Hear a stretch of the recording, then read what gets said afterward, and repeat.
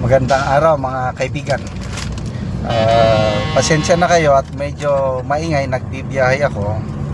Ito, gusto ko lang bigyan ng opinion, reaction itong post ni Kitty Chu.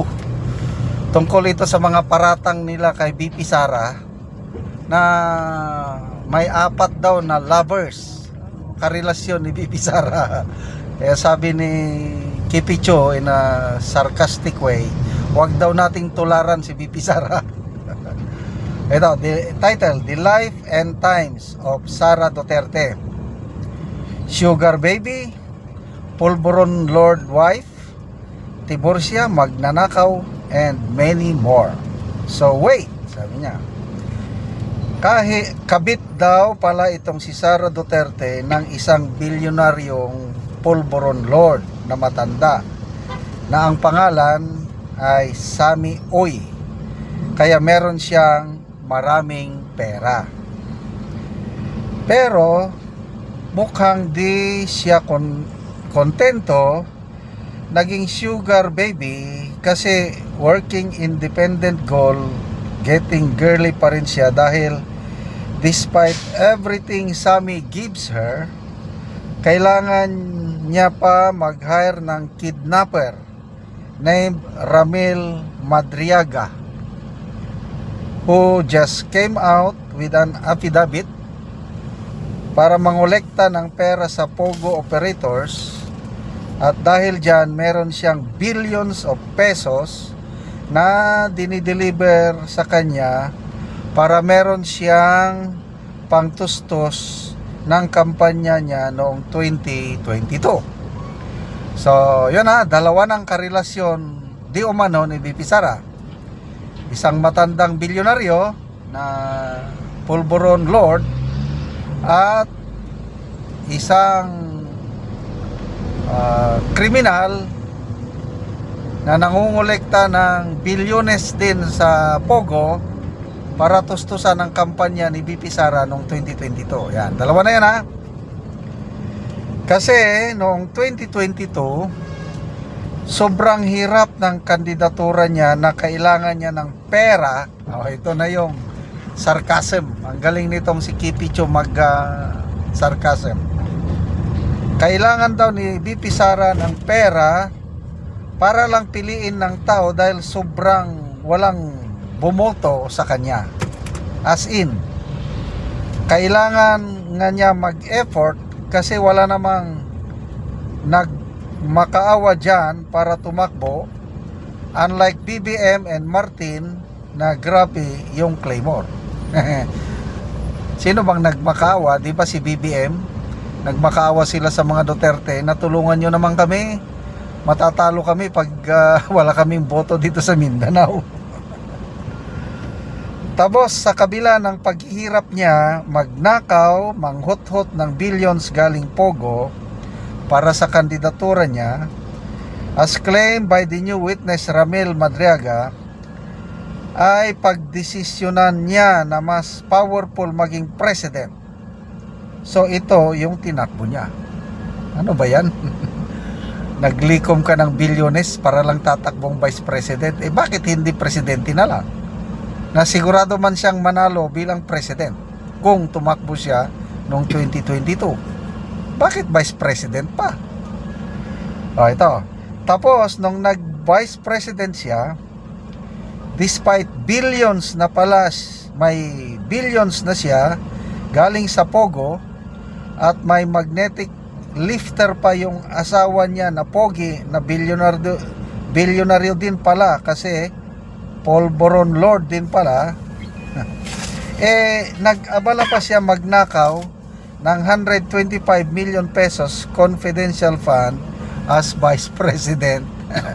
Kung may bilyones na ako, bakit pa ako magnakaw ng 125 million? Di ba? Wow naman! Anong klaseng mga sugar daddy at CEO Pulburon Lord, husband, meron siya at naghahanap pa ito si Sara ng barya. Grabe yung pinagdaanan niyang maghanap ng kidnapper para maging bagman tapos maging kabit ng matanda para lang piliin niya na tumakbong vice president. Kasi nga naman wala naman gustong maging presidente siya. Okay? Kasi di ba? Yung clamor talaga ng tao ever since si Bongbong Marcos. Hindi, baliktad. Bongbong Marcos talaga yung presidente. Kahit 1,000 Pilipinos walang gusto maging presidente si Sara, kaya ayan, VP na lang ang tinakbo niya. The most powerful position siguro ito, yung vice president ba? Kasi kaya niya magkaroon ng insertions at di niya na kailangang antayin si PBBM, bigyan siya ng confidential fund at walang-wala talaga boboto sa kanya na Pilipino para maging presidente. Galing naman mag-sarcasm itong si Kipicho. But wait, there's more. Ha? Tapos itong si Sara, di pa siya nakontento sa dalawang Polvoron Lords niya na lalaki. Nag-boyfriend pa itong si Sara ng batang-batang basketball player. Sino kaya to? Pero kayang-kaya ni Sara na pagsabay-sabayin yung tatlong lalaki at sa totoo lang mga Z's kulang pa nga. Kaya yan, naging tomboy din daw siya. So ito na yung pang-apat. So, dalawang Polvoron Lord, isang basketball player, at tomboy, isang abogada. Kanya, ano. Naging tomboy din siya at ginawa niya yung lawyer niya na chief of staff niya kasi short hair sila pareho kaya mga tomboy sila. Wild. So, grabing gumawa ng kwento itong mga DDH.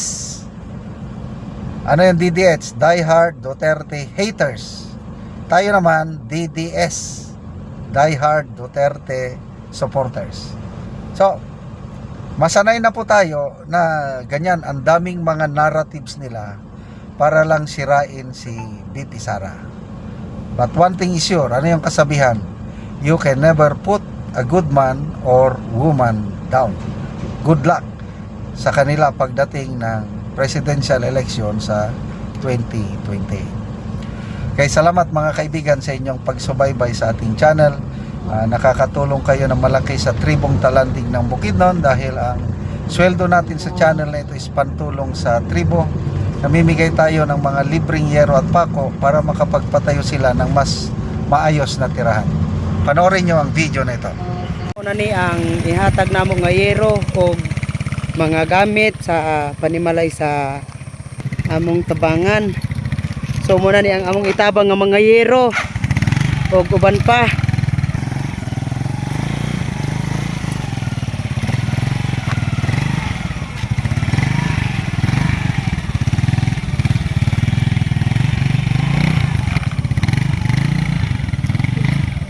Karon abot na gyud.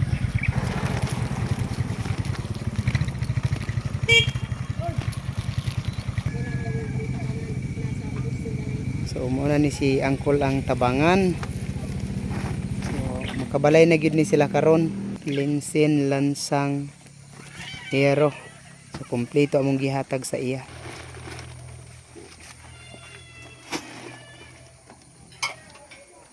Baba na yan.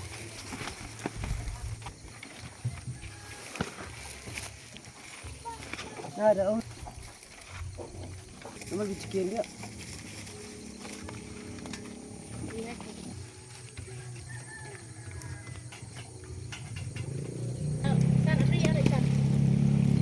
So karon ihatod na gyud sa panimalay ni Angkol ug ni Ante ang among gitabang sa ilaha.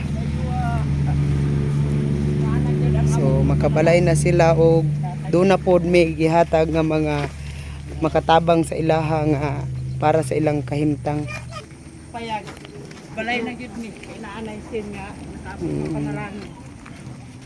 Maine kay pagbuot ni sa tas ang tingaling nga maabot ng among pangandoy. Kinabuhi.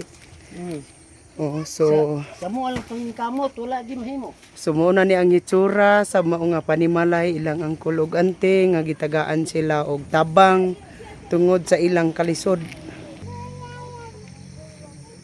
Nga silupin lang yun in town. Mong balay, o payag biyay. Muna yung mong kayutang. Muna ni ang ilang kahimtang ilang ante. Taon, among atop. Ilang kaldero isa ra ka buok. Wala yun. At yun kaya sa Ginoo nga naara gyud nakaabot sa amo nga tabang nga wa namo damha nga karong adlaw gyud Mm. naara gyud di ay naluoy sa amo nga sa amo kaimtang ngay ami adlaw to mangita taon ako. Salamat kayo te. Salamat